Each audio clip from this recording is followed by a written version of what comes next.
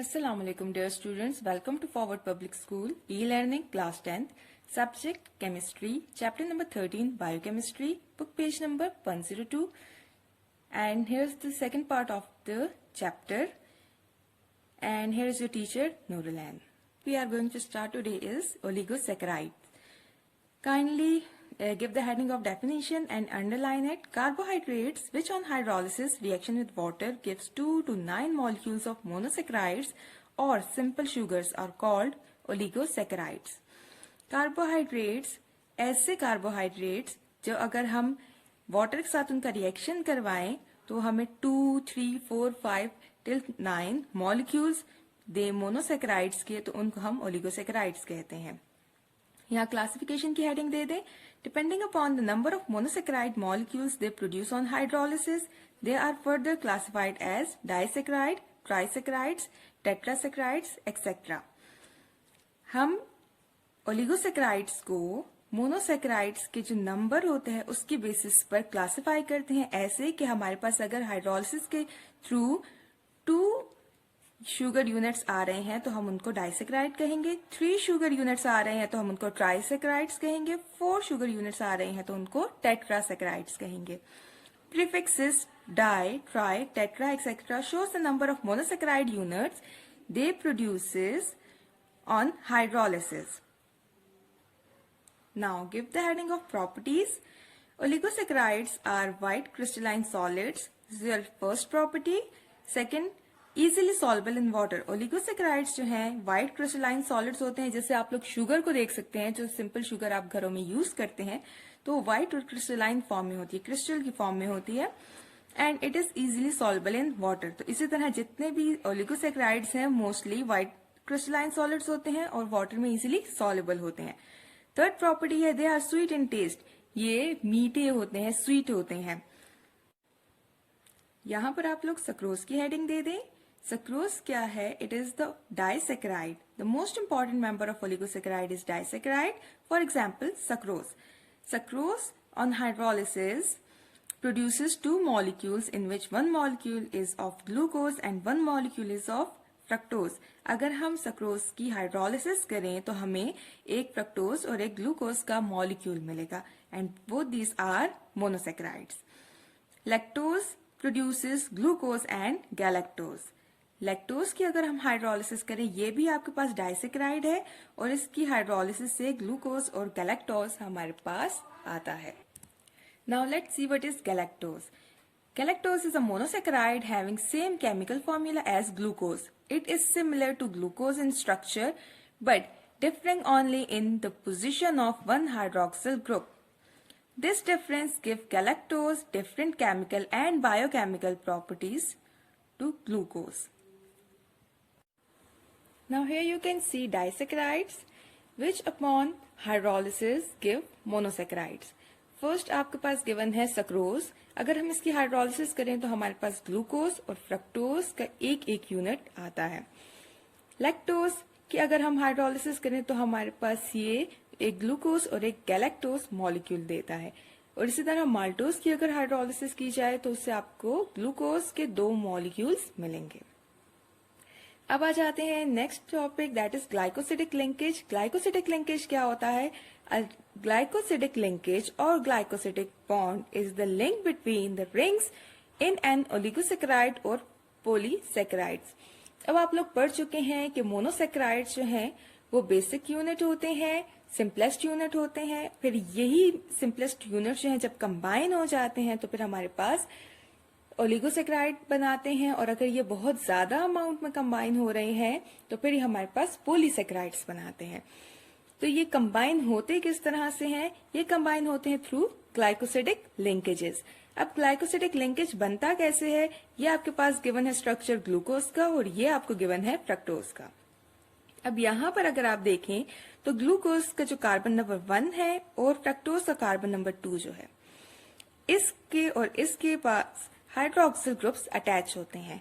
अब इन hydroxyl groups में क्या होता है कि यहाँ से एक हाइड्रोजन, यहाँ से हाइड्रोजन और ऑक्सीजन, ये तीनों यहाँ से निकल जाते हैं. They combine to form water molecule which is eliminated and they combine through this oxygen. यहाँ पर आप देख सकते हैं ये ऑक्सीजन बीच में दोनों को कंबाइन कर रहा है, दोनों के बीच में जो बॉन्ड बन गया है this is due to the oxygen, और इस बॉन्ड को हम कहते हैं ग्लाइकोसिडिक लिंकेज। ये आपके पास कंडेंसेशन रिएक्शन है। Here you can see the condensation reaction definition.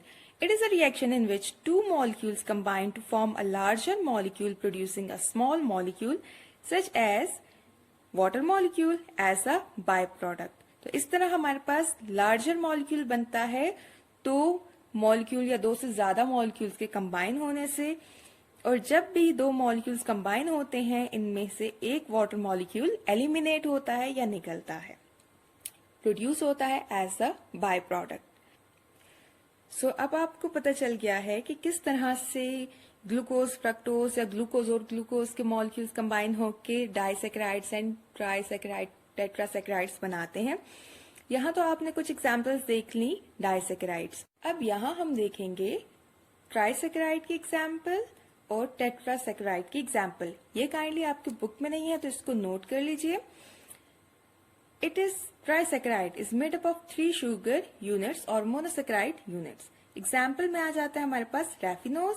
Raffinose का अगर हम केमिकल फॉर्मूला देखें तो it contain 18 carbon atom, 32 hydrogen atom and 16 oxygen atom, and on hydrolysis it produces glucose, galactose and fructose. अब hydrolysis कैसे होती है? इन the presence of water molecule. इसी तरह अगर हम टेट्रासैकेराइड को देखें तो इसमें हमारे पास 4 शुगर यूनिट्स कंबाइन होते हैं, और इसके एग्जाम्पल है स्टेचियोज। स्टेचियोज में हमारे पास glucose, fructose, galactose and 2 galactose combine होते हैं। यहाँ 1, 2, 3 एंड 4, तो टोटल हमारे पास 4 मोनोसैकेराइड यूनिट्स कंबाइन हो रहे हैं। ये कंबाइन होकर बनाते हैं स्टेचियोज, और अगर इसकी स्टेचियोज की हाइड्रोलिसिस की जाए in the presence of water तो हमारे पास ये प्रोड्यूस करते हैं glucose, fructose and 2 molecules of galactose. Stachyose का फॉर्मूला, केमिकल फॉर्मूला भी देख लीजिए। Here 24 carbon atoms, 42 hydrogen atoms and 21 oxygen atoms combine to form stachyose. Next category जो हमारे पास कार्बोहाइड्रेट्स की है that is polysaccharides. Polysaccharides are biopolymer of monosaccharides. Bio is related to life, poly means many and MERS mean units. तो यहाँ पर क्या होता है, ये ऐसे बायोमॉलिक्यूल्स होते हैं जिनमें हमारे पास बहुत सारे यूनिट्स कंबाइन होते हैं। बहुत सारे simplest unit, simple sugar unit combine होते हैं और ये बनाते हैं पॉलीसैकेराइड्स। यहाँ पर अंडरलाइन कर लें इसकी definition. Carbohydrates which consist of long chains of monosaccharide units or simple sugar bound together by glycosidic linkage are called polysaccharides. polysaccharides कौन से होते हैं? जो हमारे पास long chains बनाते हैं monosaccharides की, और जितने भी monosaccharides होते हैं they are bound together by glycosidic linkages. They are also known as macromolecules क्योंकि इनका साइज काफी बड़ा होता है। They are larger in size, so that's why they are called as macromolecules. अब यहाँ पर आप अंडरलाइन कर लें एग्जाम्पल को, या फिर हेडिंग दे सकते हैं एग्जाम्पल की। इसमें हमारे पास स्टार्च आ जाता है, glycogen and cellulose are the polysaccharides. Properties की हेडिंग दे दें। फर्स्ट प्रॉपर्टी है दे आर एमॉर्फस सॉलिड। इनका प्रॉपर स्ट्रक्चर, क्रिस्टलाइन स्ट्रक्चर नहीं होता, प्रॉपर ज्योमेट्री नहीं होती, they are in powder form. Second इसकी प्रॉपर्टी है they are tasteless, and third इसकी क्या है, insoluble in water. Fourth they are also called non sugars. इनको हम नॉन शुगर भी कहते हैं। They have high molecular mass and consist of 100 or more monosaccharide units joined together through glycosidic linkage.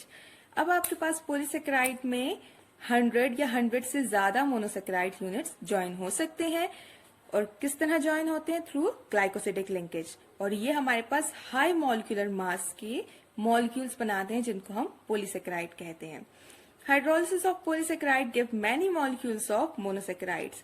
अब यहाँ पर आपको एग्जाम्पल दी है स्टार्च की। अगर हम स्टार्च की हाइड्रोलिसिस करें, अगर हम इसको वाटर के साथ इसका रिएक्शन करवाएं इन the presence of any acid, आपको पता है एसिड प्रोटॉन प्रोड्यूस करते हैं इन द एक्वस सोल्यूशन, सो यहाँ पर ये H is used for acid, ये हमारे पास एसिड से आया। एसिडिक मीडियम में अगर ये रिएक्शन हम करें तो हमारे पास बहुत सारे ग्लूकोज के यूनिट आएंगे through from starch. Now look at the tidbit. Studies have shown that honey has the same quick absorption and long-lasting energy burst effect that many sports drink do. आप जानते हैं स्पोर्ट्स ड्रिंक्स वगैरह जो P जाती हैं वो उस time पर उस इंसान में जो पीता है उसमें एनर्जी ज्यादा कर देती है, उसको फील होता है कि उसकी एनर्जी से है वो ज्यादा हो गई है, हाई एनर्जी फील करता है। इसी तरह हमारे पास हनी जो है उसके भी सेम इफेक्ट्स ही होते हैं। और ये क्यों होता है? क्योंकि उसमें फ्रक्टोज बहुत ज्यादा क्वांटिटी में पाया जाता है। This is because honey is high in fructose, a simple fruit sugar. Fructose को सिंपल फ्रूट शुगर भी कहा जाता है क्योंकि ये फ्रूट्स वगैरह में भी अबंडेंटली प्रेजेंट होती है। That has been found to be the best sugar for athletes. Fructose को बेस्ट शुगर फॉर एथलीट्स कहा जाता है। एक तो ये स्वीटर होती है, दूसरी बात ये है कि ये fructose stimulates rapid fluid absorption in the small intestine. इसका मतलब क्या है कि फ्रक्टोज जो है वो इजीली और ज्यादा तेजी के साथ स्मॉल इंटेस्टाइन में एब्सॉर्ब होके ब्लड में शामिल हो जाती है as compare to other forms of carbohydrates, जिसकी वजह से ये ज्यादा एनर्जी हमें प्रोवाइड करती है। जो आप लोग पढ़ चुके हैं बायोलॉजी में कि आपके पास ग्लूकोज का ब्रेक डाउन होता है और उससे एनर्जी प्रोड्यूस होती है, दैट इज इन रेस्पिरेशन। तो उसमें क्या चीज यूज होती है? कार्बोहाइड्रेट्स। तो फ्रक्टोज जो है वो ग्रेजुअली कन्वर्ट होती है ग्लूकोज में and then it is broken down to produce energy. इस वजह से ये बेस्ट शुगर है for athletes. Unpasteurised honey also contain hydrogen peroxide and enzymes which aid in digestion. Unpasteurised कौन सा हनी होता है? रॉ या अनप्रोसेस्ड, जिसको डिफरेंट प्रोसेसेस से ना गुजारा गया हो, जो आप डायरेक्ट हनी बी के नेस्ट से हासिल करते हैं। उसमें हाइड्रोजन पेरोक्साइड भी पाया जाता है और कुछ एंजाइम्स भी पाए जाते हैं जो कि आपके डाइजेशन में हेल्प आउट करते हैं। अब इसके बाद आ जाते हैं कार्बोहाइड्रेट्स पर। यहाँ आपको समरी गिवन है कार्बोहाइड्रेट्स की। So we have 3 main classes of carbohydrates, monosaccharides, oligosaccharides and polysaccharides. Monosaccharides में अगर आपके पास 3 कार्बन मॉलिक्यूल है तो उसको हम ट्रायोसिस कहते हैं, 4 कार्बन मॉलिक्यूल है तो हम उसको टेट्रोसिस कहते हैं, 5 कार्बन मॉलिक्यूल है तो उसको पेंटोसिस कहते हैं। इसमें एग्जाम्पल हमारे पास आ जाती है राइबो शुगर की, जो कि आरएनए में प्रेजेंट होता है। हेक्सोसिस जिसमें आ जाता है ग्लूकोज, फ्रक्टोज। हेप्टोसिस जिसमें 7 कार्बन एटम्स पाए जाते हैं पर मॉलिक्यूल। सेकेंड क्लास है ओलिगोसेकेराइड्स की। ओलिगोसेकेराइड्स हमारे पास डाइसेकेराइड्स भी होते हैं, ट्राइसेकेराइड्स, टेट्रा और एंड सो ऑन। डाइसेकेराइड्स के जो एग्जाम्पल्स यहाँ गिवन है that is sucrose and maltose. इसके अलावा हमारे पास ट्राइसेकेराइड्स होते हैं जिसकी एग्जाम्पल मैं आपको पहले बता चुकी हूँ, रैफिनोज। थर्ड क्लास जो है that is polysaccharides. It is the complex class of carbohydrates. इसमें हमारे पास बहुत ज्यादा शुगर यूनिट्स कंबाइन होते हैं। ये 2 टाइप्स के होते हैं, structural polysaccharides and storage polysaccharides. Structural क्या मतलब है इसका? कि जो हमारे पास स्ट्रक्चर बनाने में काम आते हैं, एनिमल हो या प्लांट हो उनका। यहां पर आपको एग्जाम्पल गिवन है cellulose. Cellulose is the major component of cell wall. Cell wall जो है आपको पता है it gives the shape to the plant cell. तो ये स्ट्रक्चरल पॉलीसेकेराइड है। Storage polysaccharides starch and glycogen. Starch जो है ये हमारे पास स्टोरेज की फॉर्म में, जब हमारे पास कार्बोहाइड्रेट ज्यादा हो जाते हैं प्लांट बॉडी में तो वो जिस फॉर्म में स्टोर किए जाते हैं उसको स्टार्च कहते हैं। और एनिमल बॉडी में अगर कार्बोहाइड्रेट ज्यादा अमाउंट में लिए जाते हैं तो वो जिस फॉर्म में स्टोर होते हैं उसको ग्लाइकोजन कहा जाता है। इसी पेज पर आपके पास एक्टिविटी 13.1 गिवन है। Check the relative solubility in water of starch and sugar. अब आप जानते हैं starch is polysaccharide and sugar is actually the sucrose that is disaccharides. आपने इस एक्टिविटी में क्या करना है, मटेरियल्स आपको चाहिए beaker, starch, sugar, glass stirrer. Sugar क्या चीज होती है, that is sucrose. Take 2 beakers, label 1 beaker as A and other as B. Take equal amount of water at the same temperature, that is room temperature, in both of the beakers. Add 5 grams of sugar to the beaker A and 5 grams of starch to the beaker B. Stir well both the beakers for 5 minutes. Observe both the beakers carefully. Compare and record your observation. जब आप ये experiment perform करेंगे, आप देखेंगे starch dissolve नहीं होगा water में, जबकि शुगर इजीली डिसॉल्व हो जाएगी। जैसे हम पढ़ चुके हैं, डाइसैकेराइड और the oligosaccharides are soluble in water while polysaccharides are not soluble in water. अब ये स्टार्च आपको मिलेगा कहाँ से, जो सिंपली आप कॉर्न स्टार्च या कॉर्नफ्लोर यूज करते हैं, that is actually starch, the form of starch. अब can you differentiate both the beakers based on solubility? आप दोनों बीकर्स को डिफ्रेंशिएट कर सकते हैं। तो आपके पास एक बीकर में जिसमें शुगर डाली होगी वो डिसॉल्व हो चुकी होगी, और जिसमें स्टार्च ऐड किया है वो आपके पास बॉटम में सेटल डाउन हो जाएगा। Can you identify the compound which is more soluble in water at room temperature? आप देख लेंगे sugar is more soluble in water at room temperature. Can you give the reason that why there is a difference in their solubility though both are carbohydrates? तो इसके बारे में आपको बता चुकी हूँ। Polysaccharides क्योंकि उनका molecular mass high होता है, so they are insoluble in water, while sugar that is disaccharide, इसका molecular weight भी कम होता है और इसमें hydroxyl group भी present होता है, जिसकी वजह से ये ज्यादा soluble है। यहाँ आपके पास given है the use of dextrose in drips, जो आप लोग कॉमनली देखते हैं। डेक्सट्रोज क्या होती है ये आप लोग पहले पढ़ चुके हैं कि ऐसे शुगर्स जो कि प्लेन पोलराइज्ड लाइट को राइट साइड पर टर्न कर देती हैं, उनको हम डेक्सट्रोज कहते हैं। इसमें ग्लूकोज भी हो सकती है, इसमें फ्रक्टोज भी हो सकती है, गैलेक्टोज भी हो सकती है। मोस्टली हम ग्लूकोज इसमें यूज करते हैं। Dextrose strips are administered to the dehydrated and weak patient in clinics and hospitals. Dextrose की ड्रिप्स जो हैं वो वीक पेशेंट्स को और डिहाइड्रेटेड जिनमें पानी की कमी हो चुकी हो, फॉर एग्जाम्पल अगर डायरिया हो जाता है तो इंसान में पानी की कमी हो जाती है, तो क्लिनिक्स वगैरह में और हॉस्पिटल्स में उनको ये डेक्सट्रोज स्ट्रिप्स लगाई जाती हैं। In this process oxidation of dextrose takes place in the blood and are converted into water and carbon dioxide with the release of energy. इस प्रोसेस में क्या होता है कि डेक्सट्रोज जो है वो डायरेक्टली ब्लड में उसकी ऑक्सीडेशन हो जाती है, जिसकी वजह से वो कन्वर्ट हो जाती है वाटर और कार्बन डाइऑक्साइड में along with the release of energy. That is why it is not only the instant source of energy but also compensate for the loss of water during dehydration. इस वजह से ये ना सिर्फ energy provide करने का जरिया है, बल्कि ये जो वाटर लॉस हो चुका है ड्यू टू डिहाइड्रेशन उसकी कमी को भी पूरा करने की कोशिश करती है। Sources and uses of carbohydrates. सबसे पहले देखते हैं सोर्सेस क्या क्या है कार्बोहाइड्रेट्स के। Carbohydrates are the most abundant class of carbon, hydrogen and oxygen containing compounds.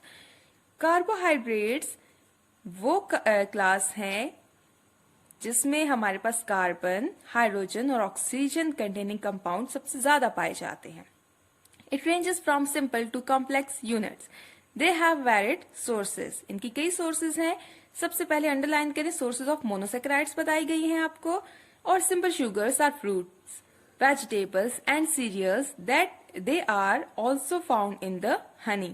Cereals क्या होते हैं? oats, wheat, barley, cornflakes वगैरह जो हैं ये आपके पास cereals में आ जाते हैं।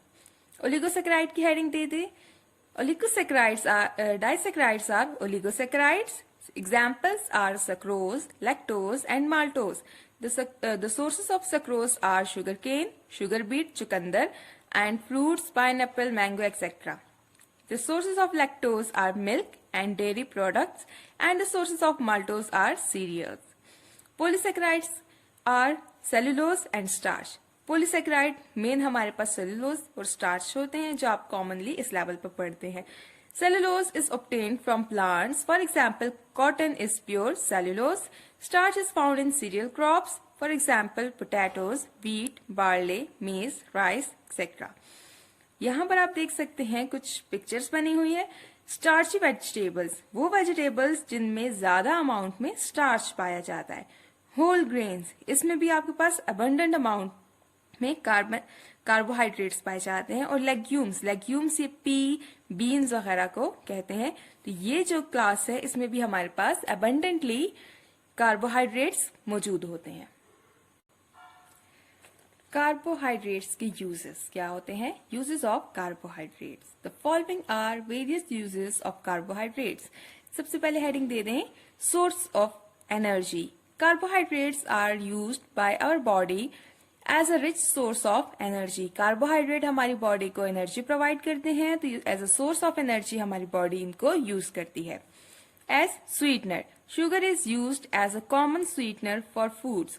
शुगर फूड को मीठा करने के लिए, उसमें स्वीट टेस्ट लाने के लिए यूज की जाती है. As food, carbohydrate serve as a source of food. Carbohydrate हमारे लिए खुराक का भी काम करते हैं. For example, potatoes are very rich in carbohydrates और वो हम खाते हैं. Structural material, carbohydrate serve as structural material for plants. ये आप अभी पढ़ चुके हैं कि सेलुलोज जो है वो प्लांट सेल्स में पाया जाता है and it is a carbohydrate. As regulator, cellulose help in lowering cholesterol and regulates blood pressure. Cellulose cholesterol को लो करने में और ब्लड प्रेशर को रेगुलेट करने में, मेंटेन करने में बहुत काम आता है. सो एज अ मेडिसिन ये दिया जाता है पेशेंट्स को. Energy reservoir, glucose is stored in animal muscle and liver cells in the form of glycogen. Glucose जब हम ज्यादा खा लेते हैं तो वो एनिमल्स मसल्स में और इवन ह्यूमंस में भी लिवर सेल्स में स्टोर किया जाता है इन the form of glycogen. It serves as long-term energy reservoir in the body, converted back into glucose when needed. ये क्या करता है कि एनर्जी रिजर्वायर के तौर पर बॉडी में काम करता है और जब भी हमें जरूरत होती है तो ग्लाइकोजन ग्लूकोज में कन्वर्ट हो जाता है. Plants store excess energy in the form of starch. Plants में भी एक्सेस अमाउंट में कार्बोहाइड्रेट मीन्स ग्लूकोज जब प्रोड्यूस हो जाता है, जब ये बना लेते हैं तो जितना इनका यूज होता है वो यूज कर लेते हैं. जो एक्स्ट्रा अमाउंट में होता है उसको स्टोर किया जाता है इन the form of starch. House hold use क्या होता है कार्बोहाइड्रेट्स का? Cellulose is use in the form of would for housing, furniture and heating purposes. Cellulose को हाउसिंग के लिए वुड के तौर पर इस्तेमाल किया जाता है, जो डेकोरेशन वगैरह की जाती है हाउस में, घरों वगैरह में. फर्नीचर में बनाने में काम आता है और हीटिंग पर्पसेस, आग जलाने में भी काम आता है. Paper industry, cellulose is used to make paper and wood pulp. Paper industry, paper industry में जो पेपर आप सिंपली यूज करते हैं ये सारा कहाँ से बनकर आता है? ये हमारे पास सेलुलोज से बनता है. Textile industry, cellulose is used in cotton industry for making cloths. Textile industry, आपके पास टेक्सटाइल इंडस्ट्री में कॉटन का जो क्लॉथ होता है वो बनाने में मेजर कॉटन का क्लॉथ है. इसके अलावा कुछ और डिफरेंट टाइप्स के क्लॉथ्स या वगैरह को बनाने में भी सेलुलोज को यूज किया जाता है. As medicine, constipation and diarrhoea are mainly controlled by the use of fibre which are carbohydrates. Constipation और डायरिया के लिए डॉक्टर्स जो चीजें सजेस्ट करते हैं उसमें मोस्टली फाइबर होते हैं और ये फाइबर क्या चीज होती है? ये एक्चुअली कार्बोहाइड्रेट्स होते हैं. टिडबिट की तरफ आ जाए. All the carbohydrates are of plant origin except lactose which is of animal origin. जितने भी हमारे पास कार्बोहाइड्रेट्स पाए जाते हैं वो सब प्लांट्स बनाते हैं, प्लांट्स के अंदर बनते हैं, सिवाय लैक्टोज के. लैक्टोज जो है वो कहाँ से बनकर आता है? It is of animal origin. और एनिमल्स में ये कहाँ पर बनता है? ये मिल्क में पाया जाता है. मिल्क और डेयरी प्रोडक्ट्स में लैक्टोज पाया जाता है और ये एनिमल्स के अंदर, as you know milk animals के अंदर बनता है, तो ये भी एनिमल इन ओरिजिन है. सेल्फ असेसमेंट देख लें. Classify sucrose, galactose, glucose, fructose, and maltose as mono, di, and trisaccharides. As you know, sucrose is disaccharide, galactose is monosaccharide, glucose is also monosaccharide, fructose is also monosaccharide, maltose is a disaccharide, and there is no trisaccharide. Give the balance equation of hydrolysis of sucrose. ये आप लोग पहले पढ़ चुके हैं. Write down the 5 uses of carbohydrates. यहाँ पर हमने uses पढ़े हैं, इसमें से कोई से 5 आप यहाँ पर मेंशन कर सकते हैं. Give the sources of mono, oligosaccharides and polysaccharides. ये भी हम अभी डिस्कस कर चुके हैं. This is the end of part 2 of chapter 13. We will continue this chapter in our next part. I hope you have understood this part. Thank you. Stay home, stay safe.